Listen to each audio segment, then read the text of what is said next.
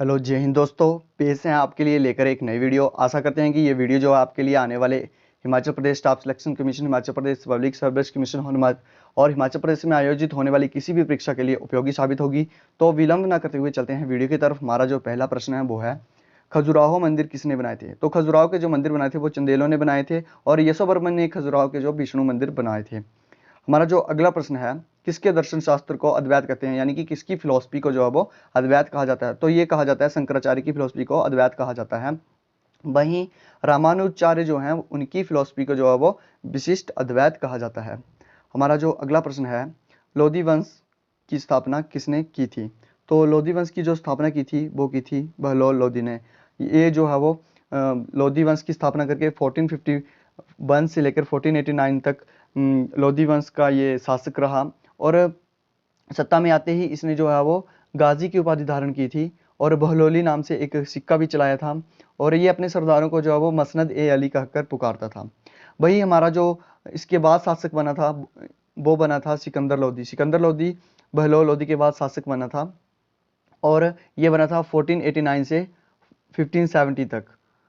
1489 से ये 1570 तक शासक बना था और सुल्तान सिकंदर शाह के नाम से ये शासक बना था। उपाधि इसने धारण की थी और ये एक अच्छा कवि भी था और ये गुरमुखी नाम से ये अपनी कविताएं लिखा करता था। इसने जो है वो ब्राह्मणों पर पुनः जजिए कर लगाया, जिसे बाद में अकबर ने 1564 में जो खत्म कर दिया था। इसने संस्कृत का एक प्रसिद्ध ग्रंथ है उसको फारसी में अनुवाद करवाया और उसे नाम दे दिया फरहंगे सिकंदरी। और सन 1517 में ये मृत्यु इसकी होगी, गले की बीमारी के कारण हो गई थी। और हाँ, इसने 1504 यानी कि 1504 में इसने आगरा नगर बसाया था, आगरा शहर बसाया था। इसके बाद जो हमारा दूसरा ऑप्शन रह गया है वो है इब्राहिम लोदी। तो इब्राहिम लोदी जो है वो सिकंदर लोदी के मरने के बाद ये सत्ता में आया और ये एक निकम्मा शासक निकला। इसने पहले तो ये राणा सांगा से पराजित हुआ, फिर बाबर से ये पराजित हुआ पानीपत की पहली लड़ाई में 1526 में। और फिर इसको जो है बाबर को जो है वो इब्राहिम के चाचा ने ही बुलाया था आक्रमण करने के लिए। तो ये एक निकम्मा शासक साबित हुआ और इसके बाद जो है वो लोधी वंश जो है वो खत्म ही हो गया। हमारा जो अगला प्रश्न है, किस सुप्रसिद्ध शासक ने कुतुब मीनार का काम पूर्ण करवाया था?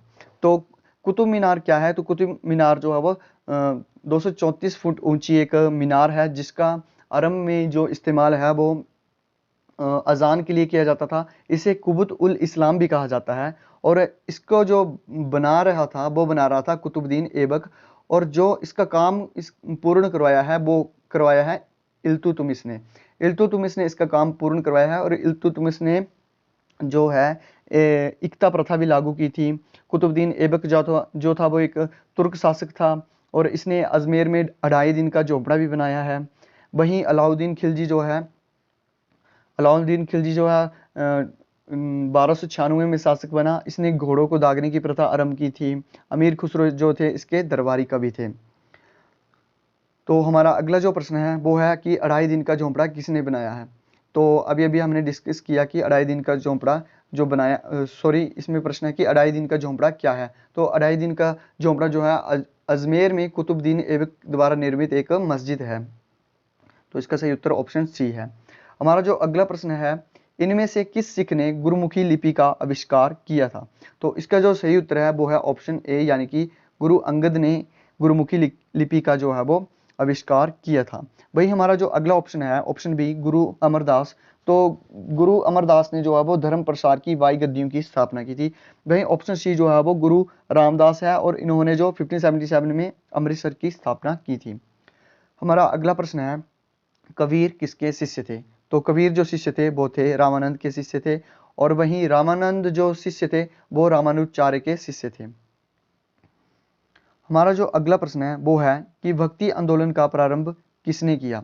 तो सबसे पहले जान लेते हैं कि भक्ति आंदोलन का आरंभ कहाँ से हुआ था। भक्ति आंदोलन का जो आरंभ हुआ था वो हुआ था दक्षिण भारत से हुआ था।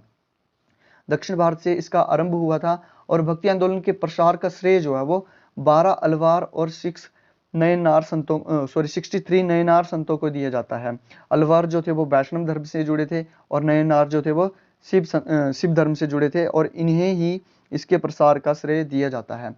और दक्षिण भारत से जो भक्ति आंदोलन को उत्तर भारत लाने का श्रेय दिया जाता है वो दिया जाता है रामानंद जी को। रामानंद जी को जो है वो दक्षिण भारत से उत्तर भारत लाने का श्रेय दिया जाता है भक्ति आंदोलन को। इसके बाद जो हमारा अगला प्रश्न है कि अकबर ने दीन ए इलाही की स्थापना किस वर्ष की थी। तो अकबर ने जो दीन ए इलाही की स्थापना की थी वो सन 1582 में की थी। इसे तौहीद ए इलाही के नाम से भी जाना जाता है। और दीन ए इलाही स्वीकार करने वाला अंतिम और प्रथम हिंदू जो था वो बीरबल था। बीरबल जो था वो अंतिम और प्रथम हिंदू था दीन ए इलाही को स्वीकार करने वाला। इसके बाद जो हमारा अगला प्रश्न है, इनमें से किस खदान से सुप्रसिद्ध कोहिनूर हीरा प्राप्त हुआ है। तो कोहिनूर हीरा जो प्राप्त हुआ है वो हुआ है गोलकुंडा की खदानों से। हमारा जो अगला प्रश्न है, किसके शासनकाल के दौरान जजिया फिर से लागू हुआ। तो जजिया जो फिर से लागू हुआ वो हुआ था औरंगजेब के शासनकाल में। औरंगजेब के शासनकाल में ये फिर से लागू हुआ था। औरंगजेब को जो है वो जिंदा पीर भी कहा जाता है। वहीं अकबर ने जो है इसे 1564 में ख़त्म कर दिया था। और जहांगीर जो है ऑप्शन, तो जहांगीर जो है वो सलीम के नाम से ये दिल्ली सल्तनत की गद्दी पर बैठा था। इसने अपने पुत्र को अंधा करवा दिया था क्योंकि इसके पुत्र ने इसके विरुद्ध जो है वो विद्रोह कर दिया था। इसने अपने महल के बाहर सोने की जंजीर भी लटकाई थी जिसे ये न्याय का प्रतीक मानता था। और इसकी जो आत्मकथा है वो है तुजुक ए जहांगीरी। और इसने जो है सिखों के 5वें गुरु गुरु अर्जुन देव को जो है वो मार दिया था। वहीं औरंगजेब ने जो है वो सिखों के 9वें गुरु गुरु तेग बहादुर की हत्या कर दी थी। ये औरंगजेब ने की थी और औरंगजेब के शासनकाल में ही जजिया फिर से लागू हुआ था। हमारा जो अगला प्रश्न है, शिवाजी को दंड देने के लिए बीजापुर के शासक ने किसे भेजा था। तो सबसे पहले जानते हैं कि बीजापुर का शासक कौन था। तो बीजापुर का जो शासक था, सुल्तान था, वो था अली आदिल शाह। और उसने 1659 में उसने भेजा था अफजल खान को भेजा था उसने शिवाजी को मारने के लिए, परंतु शिवाजी ने उसे ही मार दिया। वहीं औरंगजेब ने जो है वो शाइस्ता खान को भेजा था। ये भेजा था औरंगजेब ने भेजा था शाइस्ता खान को शिवाजी को मारने के लिए, परंतु शिवाजी ने उसे भी भगा दिया।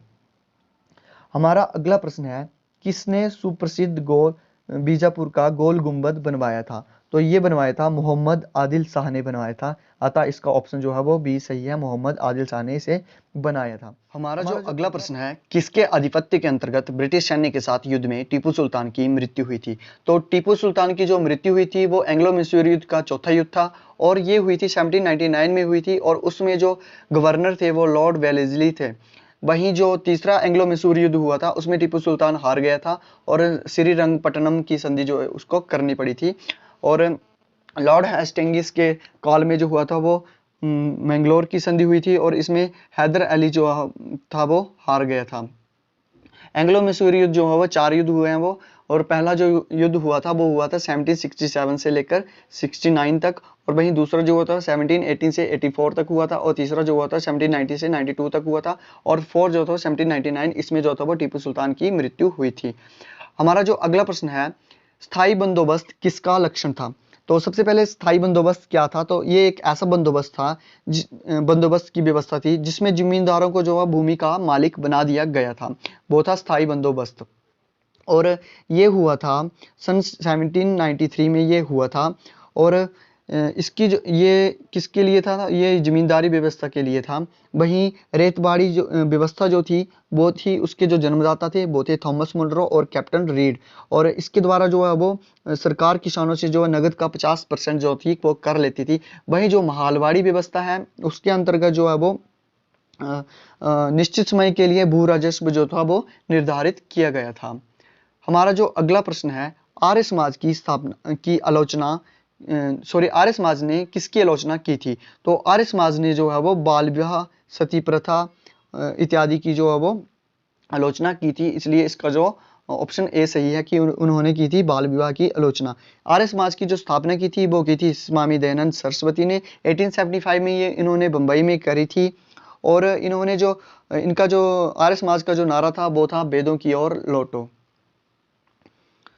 हमारा जो अगला प्रश्न है वो है, कूका आंदोलन किसने आयोजित किया था। तो कूका आंदोलन जो आयोजित किया था वह गुरु राम सिंह ने आयोजित किया था और ये पंजाब में आयोजित हुआ था। हमारा जो अगला प्रश्न है वो है किसके तट पर मन्नार की खाड़ी है? तो मन्नार की जो खाड़ी है वो तमिलनाडु के तट पर है। हमारा अगला प्रश्न है आईएसटी यानी कि इंडियन स्टैंडर्ड टाइम और ग्रीनविच मीन टाइम के बीच कितना अंतर है? तो ये अंतर है 5 घंटे 30 मिनट के का ये अंतर है, अतः ऑप्शन इसका बी जो सही है। हमारा अगला प्रश्न है नीलगिरी का सर्वोच्च शिखर कौन सा है? तो नीलगिरी जो है वो पश्चिम घाट और पूर्वी घाट की मिलन स्थली है और इसका जो सबसे ऊंचा शिखर है वो है डोडा बेटा है और ये जो है वो 2623 मीटर की ऊंचाई पर ये इसकी हाइट है और ये दक्षिण भारत का दूसरा सबसे बड़ा शिखर है, सर्वोच्च शिखर है, ये दूसरा है।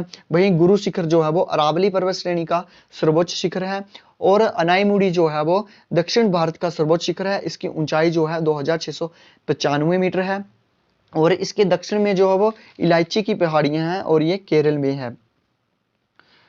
हमारा जो अगला प्रश्न है वो है भारतीय मरुस्थल की एक महत्वपूर्ण नदी है। तो भारतीय मरुस्थल की जो एक महत्वपूर्ण नदी है वो है लूनी नदी और लूनी नदी जो है वो पश्चिम की ओर बहती है और ये डेल्टा नहीं बनाती है और ये अरब सागर में गिरती है। हमारा अगला प्रश्न है काजीरंगा राष्ट्रीय उद्यान किसके लिए प्रसिद्ध है? और तो काजीरंगा राष्ट्रीय उद्यान जो है वो गैंडे के लिए प्रसिद्ध है और यहाँ पर जो है एक सींग वाला गैंडा पाया जाता है। साइलेंट वैली, केरल की साइलेंट वैली क्या है? तो केरल की साइलेंट वैली एक अभ्यारण्य है, यह पोरियर में है और यहाँ पर पौधों और प्राणियों की यानी कि वाइल्ड लाइफ एनिमल्स की दुर्लभ प्रजातियां हैं, अतः इसका ऑप्शन ए सही है। हमारा जो अगला प्रश्न है पीत क्रांति या फिर येलो रिवॉल्यूशन किसे कहा जाता है? तो येलो रिवॉल्यूशन जो है वो तिलहन से संबंधित है। हमारा अगला प्रश्न है उच्च ग्रेड और सर्वोत्तम गुणवत्ता वाला कोयला कौन सा है? तो उच्च ग्रेड और सर्वोत्तम गुणवत्ता वाला जो कोयला होता है वो एंथ्रेसाइट होता है। इसमें जो है 90% कार्बन होती है और वहीं जो बिटुमिनस होता है उसमें 80% कार्बन होती है और इसे सामान्य कोयला कहा जाता है और लिग्नाइट जो है उसे भूरा कोयला कहा जाता है और इसमें 17% जो है वो कार्बन होती है। हमारा अगला प्रश्न है डीजल लोकोमोटिव कहाँ बनते हैं? तो डीजल लोकोमोटिव जो बनते हैं वो वाराणसी में बनते हैं और इसकी जो डीजल लोकोमोटिव की जो स्थापना हुई थी ये हुई थी 1961 में हुई थी। वहीं जो तमिलनाडु में बनते हैं, तमिलनाडु के पेरम्बूर में जो है वो रेल के डिब्बे बनते हैं और जो चितरंजन है यहाँ पर भी लोकोमोटिव बनते हैं और ये पश्चिम बंगाल में है और इसकी स्थापना 1950 में हुई थी और डीजल लोकोमोटिव बनते हैं वाराणसी में। हमारा अगला प्रश्न है प्रतिस्थापन स्तर TFR इसके समतुल्य है? तो ये 2.1 के समतुल्य है। हमारा अगला प्रश्न है शगुन क्या है? तो शगुन एक समर्पित वेब पोर्टल है और ये शिक्षा से संबंधित है और यहाँ पर श जो है शाला से यानी कि विद्यालय से, स्कूल से संबंधित है और गुण जो है गुणवत्ता शिक्षा से संबंधित है। हमारा अगला प्रश्न है निम्न में से दिल्ली में कौन 68वें गणतंत्र दिवस समारोह के मुख्य अतिथि थे? तो 68वें गणतंत्र दिवस समारोह में मुख्य अतिथि जो थे वो अबू धाबी के अभिषिक्त राजकुमार थे। तो भीम क्या है? भीम जो है एक भुगतान ऐप है और ये एक मोबाइल ऐप है, भुगतान ऐप है जिसके द्वारा आप बैंक को या फिर किसी भी व्यक्ति को ऑनलाइन पैसे ट्रांसफर कर सकते हैं। हमारा जो अगला प्रश्न है निम्न में से किस स्थान पर 5वीं अंतर्राष्ट्रीय बौद्ध निर्वाचिका सभा आयोजित की गई थी? तो ये की गई थी वाराणसी सारनाथ में ये की गई थी। इससे पहले जो 4 हुई थी वो हुई थी राजगृह, वैशाली, पाटलिपुत्र और कुंडलवन में। इसको याद करने के लिए एक बहुत ही शॉर्ट ट्रिक है, राजा महाराजा आजा, वैश्य सबका काल है, पटाओ मत आशिक, कुंवर जी कंगाल है। राजा से बन गया आपका राजगृह, वैश्य से बन गया आपका वैशाली और पटाओ से बन गया आपका पाटलिपुत्र और कुंडलवन से आपका कुंवर जी से बना आपका कुंडलवन। हमारा जो अगला प्रश्न है वो है निम्न में से किसको विश्व का सांग्रीला कहा गया है? तो विश्व का सांग्रीला एक सबसे लंबी बुलेट ट्रेन है जो कि चीन द्वारा निर्मित की गई है, उसे कहा गया है। हमारा जो अगला प्रश्न है हाल ही में निम्न में से किस देश ने अंतर्राष्ट्रीय न्यायालय से सदस्यता वापस ली है? तो ये सदस्यता वापस ली थी रूस ने ली थी। हमारा जो अगला प्रश्न है निम्न में से किस वर्ष भारत सर्न का सदस्य बना? तो सर्न का सदस्य जो बना, एसोसिएट मेंबर बना, वो सन 2017 में बना है। हमारा अगला प्रश्न है कि हाल ही में विश्व की सबसे लंबी क्वांटम संचार लाइन किसने आरंभ की? तो सबसे लंबी क्वांटम संचार लाइन जो आरंभ की है वो चीन ने आरंभ की है। हमारा अगला प्रश्न है कि हाल ही में जनवरी 2017 में श्री शरद पवार जी को किस चीज से सम्मानित किया गया? तो उन्हें सम्मानित किया गया है पद्म विभूषण से। हमारा अगला प्रश्न है निम्न में से किस फिल्म ने 62वें फिल्म फेयर अवार्ड में 2017 में यानी कि 2017 में सर्वश्रेष्ठ फिल्म का पुरस्कार जीता था? तो ये जीता था, दंगल ने जीता था।